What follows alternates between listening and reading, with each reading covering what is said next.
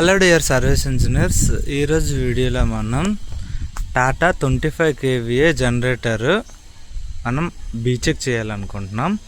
యాక్చువల్గా ఈ జనరేటర్ బీచెక్తో పాటు ఇది స్టార్ట్ కూడా అవ్వట్లేదు. ఎందుకు స్టార్ట్ అవ్వట్లేదు ఏంటి అనేది ఫస్ట్ మనం చెక్ చేసిన తర్వాత వన్స్ జనరేటర్ స్టార్ట్ అయింది అంటే అప్పుడు మనం దీనికి బీచెక్ చేద్దాం. ఫస్ట్ ఆఫ్ ఆల్ ఫిజికల్గా చూసుకుందాం. ఫిజికల్గా అంతా సేమే ఉంటుంది. ఇది CPCB4 కాబట్టి మొత్తం సెన్సార్ సిస్టమ్ ఉంటుంది. ఒకసారి ఇంటర్నల్ ఎలా ఉందో ఒకసారి చూద్దాం. జనరేటర్ లోపల చూసుకుంటే ఇది కూలింగ్ సిస్టము, అలానే ఇంటర్ కూలింగ్ కూడా ఉంటుంది. దీంతోపాటు చూడండి pressure pump, CRDA system, engine oil filter, అలానే వాటర్ సెపరేటర్ ఇది. దాంతోపాటు ఇది డీజిల్ ఫిల్టరు, సింగిల్ బౌలే ఫిల్టరు. నెక్స్ట్ ఇంకొకటి, మిగతా జనరేటర్లకి ఈ జనరేటర్కి డిఫరెన్స్ ఒకటేనే. ఏంటి అంటే మిగతా జనరేటర్స్ ఉంటాయి కదా, ఇప్పుడు లోవర్ కేవీ అనుకోండి వాళ్ళకి 3 cylinders ఉంటాయి అన్నమాట. బట్ టాటాలో ఏంటి అంటే మ్యాక్సిమం లోవర్ కేవీ అయినా హయ్యర్ కేవీ అయినా 4 cylinders. తర్వాత దీని స్టార్టింగ్ 4 cylindersతో స్టార్ట్ అవుద్ది అనమాట ఇంజిన్. ఈ మధ్య కొత్తగా లాంచ్ చేశారు 2 cylinder 15 kVA లాంచ్ చేశారు. బట్ ఇంకా మార్కెట్లోకి అది రాలేదు. ఇది అన్నమాట. సో ఇది కూడా మనకి 4 cylinder ఇంజిన్, 25 kVA 4 cylinder. ఒకసారి ఇది దీనికి ఏంటి అంటే కంప్లైంట్ ఏంటి అంటే స్టార్ట్ కూడా అవ్వట్లేదు. ఫస్ట్ ఆఫ్ ఆల్ మనం ఎందుకు స్టార్ట్ అవ్వట్లేదు అనేది చూద్దాం. ప్యానల్ బోర్డ్ చూసా, ప్యానల్ బోర్డ్లో మనకు బ్యాటరీ ఛార్జర్ ఉంది. ఒకసారి డిస్ప్లే ఆన్ చేసి చూద్దాం ఏమవుతుంది అనేది. బ్యాటరీ వోల్టేజ్ ఉందా లేదా చూద్దాం. ఇగో ఇక్కడ ఈ స్టాప్ అని వచ్చింది, తర్వాత ఆగిపోయింది. సో నేను అనుకునేది ఏంటి అంటే డైరెక్ట్ ఓపెన్ లైట్లో ఉంది. మేబీ ఏమైనా ఒకసారి బ్యాటరీ ఛార్జర్ ఆన్లో ఉందా అంటే బ్యాటరీ ఛార్జర్ ఆఫ్లో ఉంది. పవర్ సప్లై ఉందా లేదా దానికి. ఇక్కడ ఫ్లోట్ అయితే నాకు ఆన్ అయినట్టు కనపడుతుంది, మెయిన్స్ లైట్ కనపడట్లేదు. నేను ఒకసారి మల్టీమీటర్ తెచ్చి ఒకసారి చెక్ చేస్తా. ఓకే, ఫస్ట్ ఆఫ్ ఆల్ దీనికి పవర్ సప్లై వస్తుందా రావట్లేదా అనేది. సో ఫస్ట్ మనం ముందుగా మల్టీమీటర్ క్లాంప్ మీటర్ని AC వోల్టేజ్లో పెట్టుకుందాం. ఏసీలో పెట్టి ఇక్కడ AC ఉంది కదా, AC పవర్ సప్లై. ఒకసారి AC పవర్ సప్లైలో చెక్ చేద్దాం. కనెక్ట్ చేసా. మన 236 వోల్టేజ్ అయితే వస్తుంది. అంటే ఇక్కడ పవర్ సప్లై ఉంది బట్ ఛార్జర్ ఆన్ అవ్వట్లేదు, అంటే battery charger fail. First of all చూడండి, డైరెక్ట్ పవర్ సప్లైని ఛార్జర్ ఇన్పుట్కి ఇచ్చేసారు.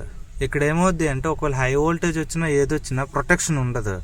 అదే మనం ఇదిగోండి ఇక్కడ కనెక్షన్ ఉందిగా, దీని త్రూ ఇచ్చామనుకోండి, ఒకవేళ హై వోల్టేజ్ వస్తే ఇక్కడ చూడండి ఫ్యూజ్ ఉంటుంది. ఫ్యూజ్ బర్న్ అవుద్ది తప్ప ఎక్విప్మెంట్ వరకు డ్యామేజ్ వెళ్దు. సో మనం ఏదో ఒకటి చేసి జనరేటర్ని స్టార్ట్ చేయడం, ఛార్జర్ ఆన్ చేయడం కాదు, చేసేది కూడా టెక్నికల్గా చేయాలి. అప్పుడే మనకి ఎక్విప్మెంట్ సేఫ్టీ ఉంటుంది. సో ఫస్ట్ ఆఫ్ ఆల్ నేను ఇప్పుడు ఏం చేస్తానంటే ఇక్కడ కేబుల్ ఇది రిమూవ్ చేసి నేను త్రూ సేఫ్టీ ఫ్యూజ్ త్రూగా నేను ఇస్తా. అప్పుడే హై వోల్టేజ్ వచ్చినా ఏదొచ్చినా సరే కట్ ఆఫ్ అవుద్ది, లేకపోతే ఫ్యూజ్ బర్న్ అయ్యి ఎక్విప్మెంట్ వరకు డ్యామేజ్ ఉండదు. ఇప్పుడైతే ఆల్రెడీ డైరెక్ట్గా పెట్టేశారు కాబట్టి ఆల్రెడీ డ్యామేజ్ అయిపోయింది. సో నెక్స్ట్ టైం ఇలా డ్యామేజ్ అవ్వకుండా చూసుకుంటా. ఫస్ట్ మనం ఛార్జర్ రీప్లేస్ చేద్దాం. ఛార్జర్ చూపిస్తా. నా దగ్గర NHPకి సంబంధించి 12 వోల్టేజ్ 10 amperes ఛార్జర్ ఉంది. ఒకటి 12 వోల్టేజ్ 10 amperes కొత్తది. నేను ఏం చేశాను అంటే ముందుగా దీనికి ఇక్కడికి ఈ ఛార్జర్కి ఎక్కడి నుంచి అయితే పవర్ సప్లై వస్తుందో నేను అక్కడికి వెళ్ళి ప్యానల్ బోర్డ్ దగ్గర MCB ఆఫ్ చేశాను. ఇదిగోండి కొత్త ఛార్జరు NHP. చూడండి అవుట్పుట్ 12 వోల్టేజ్ DC 10 amperes అని ఉంది కదా, దీని ఇన్పుట్ ఏమో 100 to 300 వోల్టేజ్ AC అని ఉంది. సో ఇదే అన్నమాట. సరే, ఇక మనం పాత ఛార్జర్ రిమూవ్ చేసి కొత్త ఛార్జర్ వేద్దాం. చూడండి, ఛార్జర్ రిమూవ్ చేయకుండా ముందు ఈ కేబుల్ కనెక్షన్స్ అన్ని తీసుకుందాం. తీసి ఇది ఉంది కదా, ఈ మెయిన్ పవర్ సప్లై డైరెక్ట్ ఎలా ఇచ్చారో అది మనం తీసేసి మనం ఫ్యూజ్ త్రూ పెడదాం. ఓకే, నెక్స్ట్ కేబుల్ కనెక్షన్స్ అన్నీ రిమూవ్ చేసుకుందాం. అక్కడ నుంచి ఉన్న కేబుల్స్ తీసేసి త్రూ ఫ్యూజ్ ద్వారా పెట్టాను. అలానే ఈ కేబుల్స్ని కూడా నా ఆల్మోస్ట్ ఆల్ కనెక్షన్స్ అన్నీ రిమూవ్ చేస్తాను. ఇప్పుడు బ్యాటరీ ఛార్జర్ రిమూవ్ చేసి కొత్త రీప్లేస్ చేస్తా. సో పాత ఛార్జర్ మనం తీసేసాం, కొత్త ఛార్జర్ వేసాము. చూడండి, కొత్త ఛార్జర్ వేసి ఆన్ చేయగానే మనకి ఛార్జింగ్ అనేది బూస్ట్లోకి వెళ్ళింది. ఒకసారి ఇప్పుడు కంట్రోలర్ ఆన్ చేసి చూద్దాం పొజిషన్ ఎలా ఉంటుందని. ఓకే, డిస్ప్లే ఆన్ అయింది. మనం ఇప్పుడు మెయిన్ పవర్ సప్లైకి ఇచ్చాము కదా, అందుకు ఇది సింగిల్ ఫేస్ వోల్టేజ్ చూపిస్తుంది. L1 ఆర్ ఫేస్కి ఇచ్చాము కాబట్టి L1 చూపిస్తుంది. 50 Hz. బ్యాటరీ అయితే ఫుల్ డిశ్చార్జ్ అయిపోయి ఉంటుంది. ఇప్పుడు కొంచెం ఛార్జింగ్ ఎక్కితే మనం చూద్దాం. ఓకే, మనం ఆల్రెడీ కొత్త ఛార్జర్ వేసి almost all half an hour పైన అవుతుంది. ఒకసారి మనం స్టార్ట్ చేయడానికి ట్రై చేద్దాం.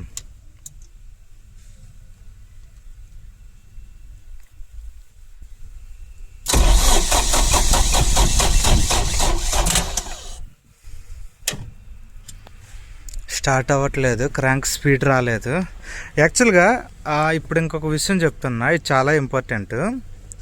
ఎప్పుడైనా సరే ఈసీయూ, ఈ సెన్సార్ సిస్టమ్ CPCB4లో ప్రాపర్ వోల్టేజ్ అంటే 10 కన్నా 0.1 వోల్టేజ్ తగ్గినా సరే స్టార్ట్ అవుతుంది. ఇదే రొటేషను ఒక మెకానికల్ ఇంజిన్ చేసింది అనుకోండి, స్టార్ట్ అయిపోద్ది. బట్ ఎలక్ట్రానిక్ ఇంజిన్స్లో ఏంటి అంటే నాజిల్స్ ఫైర్ అవ్వాలి అంటే ప్రాపర్ వోల్టేజ్ కావాలి. సో ఇప్పుడు సెల్ఫ్ మోటారు వోల్టేజ్ డ్రా చేస్తుంది.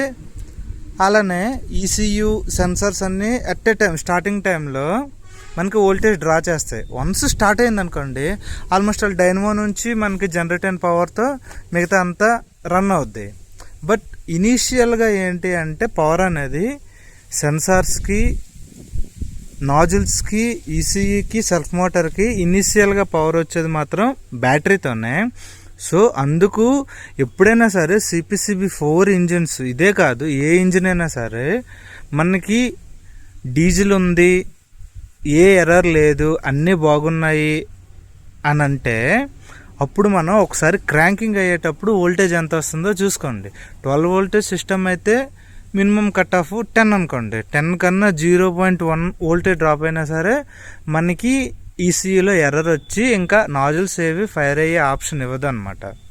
ఓకే, సో 10 కన్నా ఒక పాయింట్ హై ఉన్నా ఇందులో మనకి స్టార్ట్ అయ్యే ఆప్షన్ వస్తుంది. ఇప్పుడు ఏంటి అంటే ఈసీయూలో ఒక ఆప్షన్ ఉంటుంది, లో వోల్టేజ్ క్రాంకింగ్ అని. సో మనం ఇప్పుడు అదే 10 పెట్టారనుకోండి, ఒకవేళ లో వోల్టేజ్ ఉండేటప్పుడు క్రాంక్ ఆప్షన్ ఇవ్వదు అనమాట. 10 లోపు వస్తే వోల్టేజ్, ఇదే అక్కడ ఆప్షన్ అనమాట. అంటే పాసిబుల్ రీజన్ అయ్యి ఉండొచ్చు మ్యాక్సిమం, ఇదొక రీజన్ అవ్వచ్చు మ్యాక్సిమం. సో అందుకనే ఎప్పుడు కూడా CPCB4లో ఖచ్చితంగా మనం బ్యాటరీ వోల్టేజ్ని ప్రాపర్గా మెయింటైన్ చేయాలి. ఓకే, లేకపోతే ఇంకొక ఆప్షన్తో దీన్ని స్టార్ట్ చేయొచ్చు. బ్యాటరీ తీసి ఇంకో బ్యాటరీ పెడతాను, మళ్ళీ రన్నింగ్లో బ్యాటరీ తీస్తాను అనే ఆప్షన్ కూడా దీనికి ఉండదు.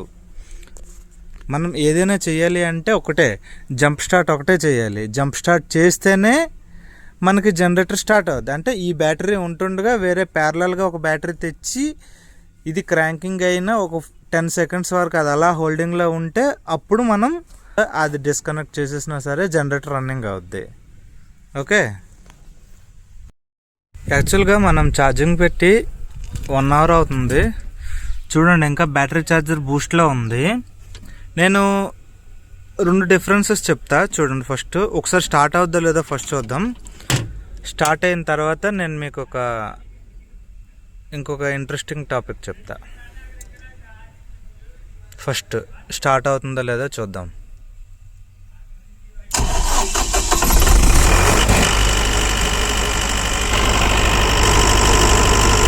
జనరేటర్ స్టార్ట్ అయింది కదా,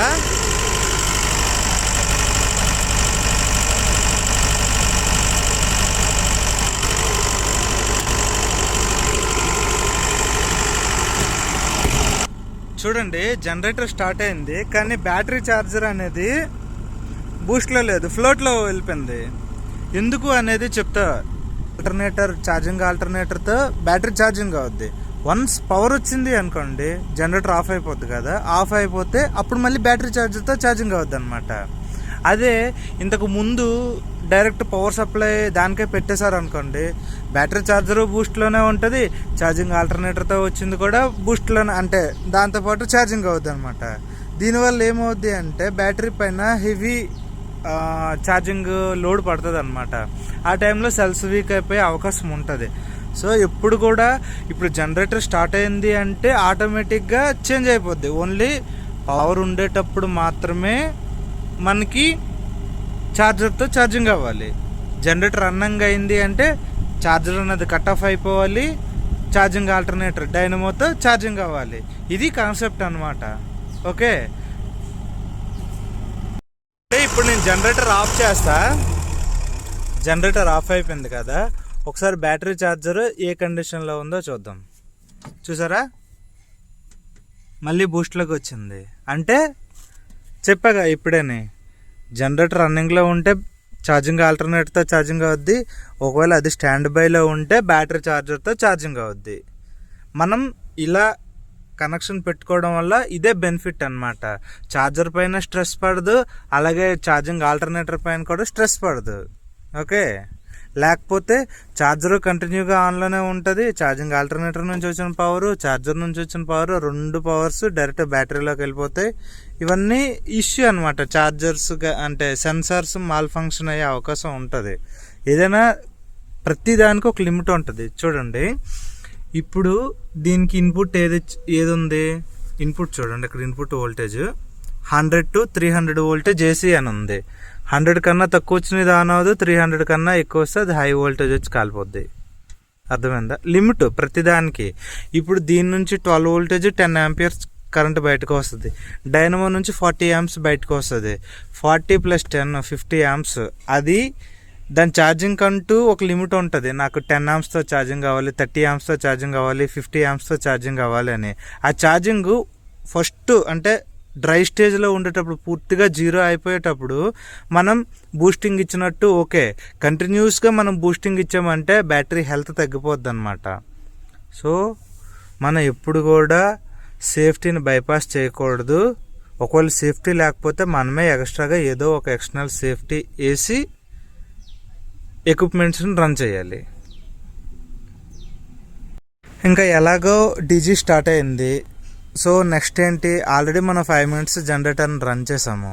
మనం ఎప్పుడైనా సరే జనరేటర్ని ఆయిల్ సర్వీస్ చేయాలి అని అనుకుంటే ఒక 5 minutes మనం రన్ చేసాం అనుకోండి, ఇంజిన్ ఆయిల్ అంతవరకు థిక్గా ఉండేది కొంచెం పలచబడి అన్నిటికీ సర్క్యులేట్ అయ్యి మళ్ళీ కిందకి జారిపోద్ది. త్వరగా మనం ఓపెన్ చేసిన డ్రై అవటానికి త్వరగా అవుద్ది అనమాట. ఓకేనా? అదే థిక్గా ఉంది అంటే అలా చాలా టైం పడుతుంది డ్రైన్ అవ్వటానికి. అదే కొంచెం హీట్ అయ్యి పలచగా అయింది అనుకోండి, త్వరగా డ్రైన్ అయిపోద్ది. ఇదే అనమాట. ఓకే, సో మనం ఫస్ట్ ఏమేమి తెచ్చుకున్నాము అనేది చూద్దాం. చూడండి, ఇది ఇంజిన్ ఆయిల్ టాటా CK4 అనమాట, 10 liters. మనం CPCB4 ఇంజిన్లు అన్నిటికి కూడా CK4 అనే మోడల్ వాడతాం అనమాట. ఓకే, ఇదో టైప్ CK4, CI4 అనే ఉంటాయి. సో మనం CPCB4లో CK4 అనే టైప్ ఇంజిన్ ఆయిల్ వాడతాం అనమాట. ఓకే, నెక్స్ట్ దాంతోపాటు ఆయిల్ ఫిల్టర్. ఇది ఆయిల్ ఫిల్టర్. అలానే చెప్పాను కదా వాటర్ సపరేటర్. ఇది వాటర్ సపరేటర్ ఫిల్టర్. ఇది డీజిల్ ఫిల్టర్ అనమాట, సింగిల్ బాల్ ఉంది కదా అది. దీంతోపాటు మనం టాపప్ చేయడానికి కూలెంట్ అండ్ బ్యాటరీ వాటర్, ఈ రెండు మనం టాపప్ చేస్తాం. సో ఫస్ట్ మనం స్టార్ట్ చేయాల్సింది ఎక్కడి నుంచి అంటే, ఇంజిన్ ఆయిల్ డ్రైన్ చేయడానికి కరెక్ట్ పొజిషన్ ఉందా లేదా అనేది చెప్తా. నెక్స్ట్ అది చూసుకోవాలి. చూడండి, మ్యాక్సిమం ఇప్పుడు వచ్చిన అన్ని ఇంజిన్స్లో బెనిఫిట్ ఏంటి అంటే అన్నీ ఒకవైపే ఉంటున్నాయి. ఇంజిన్ ఆయిల్ ఫిల్టర్ ఇక్కడ ఉంది, డీజిల్ ఫిల్టర్స్ ఇక్కడే ఉన్నాయి. ఓకే, నెక్స్ట్ ఇంకా ఇదిగండి, ఇది డ్రైన్ బోల్ట్ 24. మనం అది పెట్టి ఓపెన్ చేసామంటే డ్రైన్ అయిపోద్ది. ఫ్రంట్ మనం డైరెక్ట్గా పట్టుకోవచ్చు, కవర్ పెట్టామంటే డైరెక్ట్గా మనకి ఓపెన్ అయిపోద్ది. సో నేను మ్యాక్సిమం ఇంజిన్ ఆయిల్ డ్రైన్ చేయడానికి ట్రై చేస్తా. మనం వర్క్ చేసే ముందు దానికి కావాల్సిన టూల్స్ అన్నీ ముందుగానే రెడీ చేసుకోవాలి. నేను 24 స్పానర్ పట్టుకున్నా, అది ఇంజిన్ డ్రైన్ చేయడానికి, ఇంజిన్ ఆయిల్ బోల్ట్ డ్రైన్ చేయడానికి. దాంతోపాటు కవరు ఇంజిన్ ఆయిల్ పట్టుకోనికి. సో ఫస్ట్ నేను అరేంజ్ చేస్తా, ఫ్రంట్లో పెట్టేసి అరేంజ్ చేసిన తర్వాత ఆటోమేటిక్గా డ్రైన్ అయిపోద్ది. దానికన్నా ముందు మనం ఏం చేయాలంటే అవతల వైపు ఇంజిన్ ఆయిల్ డిప్స్టిక్ ఉంటుంది, చూపిస్తా. ఇదిగోండి, ఇది engine oil dipstick gauge. So ఇది తీసి మనం పక్కన పెట్టేసుకుందాం. ఇప్పుడు మనకి ఎయిర్ ఫ్రీగా పాస్ అయ్యి త్వరగా డ్రైన్ అయ్యే అవకాశం ఉంటుంది. ఆల్మోస్ట్ ఆల్ మొత్తం ఇంజిన్ ఆయిల్ డ్రైన్ చేస్తాను, కవర్లో పట్టుకున్నా. సో కొంచెం కూడా అది అలా పూర్తిగా డ్రైన్ అయ్యేంత వరకు ఉండి next remaining engine oil, filter, diesel filters మార్చేస్తా. ఇది చూడండి, ఇది ఇంజిన్ ఆయిల్ డ్రైన్ బోల్టు. ఇది ఓన్లీ డ్రైన్ కోసమే కాకుండా దీనికి ఒక మ్యాగ్నెట్ ఉంటుంది. ఈ మ్యాగ్నెట్ ఏం చేస్తుంది అంటే ఇంజిన్ రన్ అయ్యేటప్పుడు ఏవైనా చిన్న చిన్న ఐరన్ రెసిన్స్ అనేవి ఇంజిన్ ఆయిల్లో మిక్స్ అయిపోతే ఇది దాన్ని అట్రాక్ట్ చేసి ఉంచుకుంటుంది అన్నమాట. దీనివల్ల ఏంటి అంటే రిమైనింగ్ ఏదైనా సాఫ్ట్ పార్ట్లోకి వెళ్ళి స్ట్రక్ అయిపోయి ఉండిపోకుండా యూజ్ అవుద్ది అనమాట. ఓకే, ఇది ఇప్పుడు చూడండి, ఎల్ఎల్ఓపి సెన్సార్. సపోజ్ ఇప్పుడు ఎల్ఎల్ఓపి సెన్సార్ చిన్న హోల్ ఉంటుంది ప్రెజర్ మెన్షన్ చేయడానికి. ఇది ఏమైనా అందులోపలికి వెళ్ళి స్ట్రక్ అయ్యి ఉండిపోయింది అనుకోండి, ప్రెజర్ లెవెల్స్ అన్నీ డిఫరెంట్గా ఉంటుంది, లేదంటే అసలు అది పనిచేయడమే మానేస్తుంది అనమాట. అందుకు ఇది అట్రాక్ట్ చేసుకోవడం వల్ల ఇంకా ఇంజిన్కి మ్యాక్సిమం చిన్న చిన్న డ్యామేజెస్ నుంచి హెల్ప్ అవుద్ది అనమాట. నెక్స్ట్ మనం నీట్గా ఒక మంచి క్లాత్తో నీట్గా ఎక్కడేం లేకుండా క్లీన్ చేసుకోవాలి. ఓకే, క్లీన్ చేసిన తర్వాత మళ్ళీ యాస్టేజ్గా దానికి ఫిక్స్ చేసేద్దాం.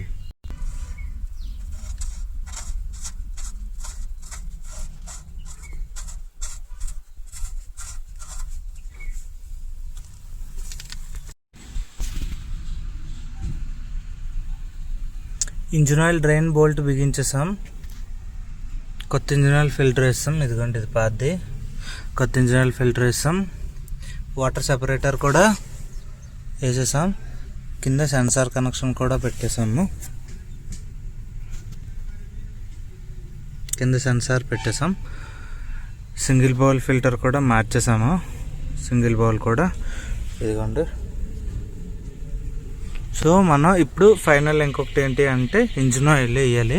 ఇదిగోండి, దీనికి హెడ్ పైన ఇంజిన్ ఆయిల్ క్యాప్ ఓపెన్ చేసా వేస్తా. ఇంజిన్ ఆయిల్ వేసి 10 లీటర్స్ ఇంజిన్ ఆయిల్ వేసేస్తా. చూడండి, ఇది ఎయిర్ వెంట్ స్క్రూ అనమాట. మనం ఎంత ప్రెజర్గా కుట్టినా సరే ఒక్కోసారి ఎయిర్ అనేది ఇక్కడ ట్రాప్ అయిపోద్ది. చూడండి, నేను ఇక్కడ హ్యాండ్ ప్రైమింగ్ చేస్తాను, ఇక్కడ నుంచి ఎయిర్ వస్తుంది. ఇది అనమాట. సో మనం వన్స్ డీజిల్ ఫిల్టర్ అన్నీ రీప్లేస్ చేసిన తర్వాత, మనం ఆల్రెడీ డీజిల్ వేసుకునే కదా రీప్లేస్ చేస్తాం. సో అప్పుడు కూడా కొంత ఎయిర్ గ్యాప్ మిగిలిపోద్ది. అప్పుడు ఎంత కుట్టినా సరే ఒకవేళ ఎయిర్ లాక్ వదలలేదు అనుకోండి, ఆ టైంలో ఇది ఎయిర్ వెంట్ స్క్రూ ఓపెన్ చేస్తే మనకి ఎయిర్ మొత్తం బయటకు వచ్చేస్తుంది అనమాట. అప్పుడు మళ్ళీ మనకు వెంటనే స్టార్ట్ అయిపోద్ది ఇంజిన్. ఓకేనా, చూసారా ఎయిర్.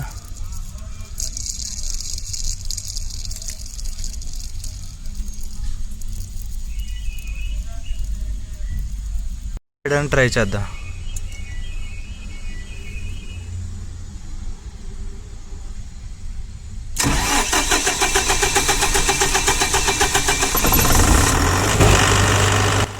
ఫైనల్గా జనరేటర్ అనేది స్టార్ట్ అయిపోయింది. సో అన్ని పారామీటర్స్ చెక్ చేసి మనం కస్టమర్కి డెమో కూడా ఇచ్చి మనం ఏమేమి రీప్లేస్ చేసాం అన్నీ చూపించి కస్టమర్కి హ్యాండ్ ఓవర్ చేస్తాం. సో ఈ వీడియో వల్ల మనం 25 kVA టాటా జనరేటర్ ఎలా సర్వీస్ చేయాలో నేర్చుకున్నాం కదా. సో ఈ వీడియోని లైక్, షేర్, సబ్స్క్రైబ్ చేయండి. అలానే కొత్త టెక్నీషియన్కి ఈ వీడియో షేర్ చేయండి. Thank you.